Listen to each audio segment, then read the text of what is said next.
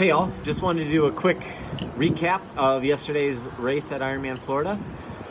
Being able to race again this year is always great. Huge hats off to Ironman for putting together a safe race. The protocols they followed were pretty strict. Definitely, masks on all the time. They did a really good job of creating an environment that was going to be conducive to allowing this to happen without too many people getting frustrated or upset that were maybe viewing it from the sidelines. So thanks to them for putting on this event. It's been an interesting year to say the least, but overall second yesterday. Can't complain with a Kona ticket being punched in the fall. So that was the main goal coming here. The plan with Coach Julie and Coach Matt leading into the race day was secure the Kona slot first and foremost, be super conservative on the bike, give yourself a safety net to get it to that slot, then give yourself a chance for the win if that's possible. And overall I executed pretty well. The swim, 2-loop swim, always tough for me to get out on the second loop. I think I was 5th out of the water on the first loop, right with the group of everybody. And second loop, we're coming up the back part of the age groupers, and I lost feet on the corner, unfortunately, and ended up falling off pace. Definitely hurt me in the end because that cost me to burn ride pretty hard the first. It took me an hour and 15 minutes to catch up to the group. That was about 90 seconds out of the bike, and that was riding pretty hard. The pace was definitely hot. And as soon as I got to the group, I think there was a group of about 10 guys there. Right away when I got to the back of that group, a gap opened up. I saw it happening.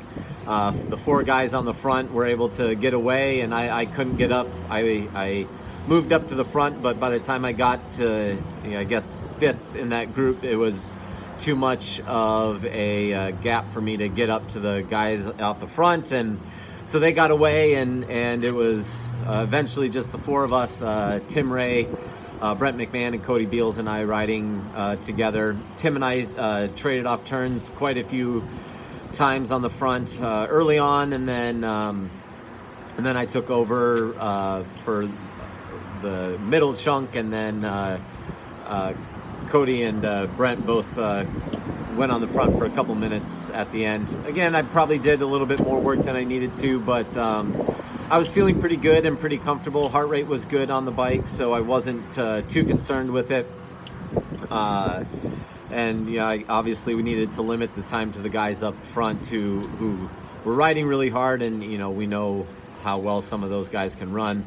Got into T2, I think 11 plus minutes down to the front, and I was 5 minutes out of the Kona slot. So that was the first goal, was to just get that and then settle in. So I ran pretty hard. The first 10 miles I ran, to give myself to get into a safety net with the third Kona slot, and then it was just a battle of attrition to see if I could give myself a shot the last 10K to go for the win.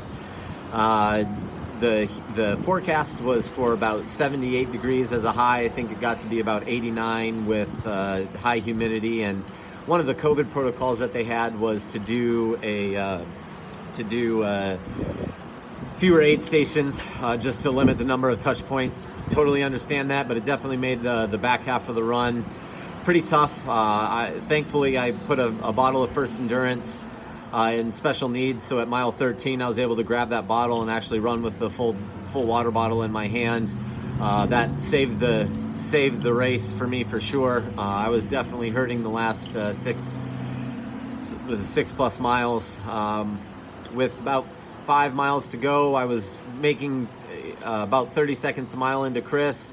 I think at one point I had cut the lead to under 2 minutes, but with 4 miles to go, both my hamstrings decided to seize up pretty hard at the same time, and then it was just a fight to hold on for second. Unfortunately, that Sam was running really well, and I definitely had to work pretty hard the last mile to make sure I held on. So Yeah, happy with the day. Always frustrating to be so close and not being able to seal the deal at the end. But I've got the ticket punched in the fall. That opens up my my spring and summer racing schedule, assuming we're back to a full schedule next year. Fingers crossed for that. But yeah, after the move to Colorado and racing 4 times a month ago, and then losing the extra 2 weeks for the build, when I was planning on racing Arizona, really nothing but thrilled with how I was able to execute on the day, and again, being able to secure the spot to Kona. Huge congrats to Chris. He had a beast of the day. It was really telling when sitting at the finish line and watching 6 of the top 10 guys getting in a wheelchair brought over to medical. So that's how hard fought it was. The top 5 guys were all under 8 hours.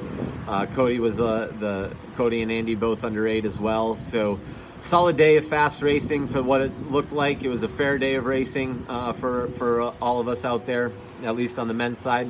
So yeah, happy with the day for sure. Again, can't thank all the volunteers enough, and then again, circling around to Ironman for making this happen. Hopefully it sets a precedent for racing during COVID times. We were talking to the race director after the race, and just to keep this playbook because it was done right. So hopefully there's no issues with anybody catching it or spreading it during the race that comes up afterwards, and this can be the new standard until we're able to return to normal with in a post-COVID world. So for me now, I've got a couple days to rest up quick. Then I'm doing the Zwift Pro Series number 2 starting on Wednesday. So that's going to feel great, but it should be a lot of fun. It's a good new format. I think there's 3 12-ish minute races each week.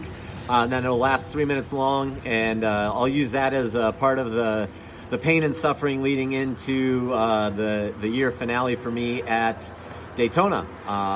So all roads lead to Daytona from here. So 4 weeks to prep for that. That's all I got for now. Thanks for following. Thanks for all the messages on social media, and we'll see you next time.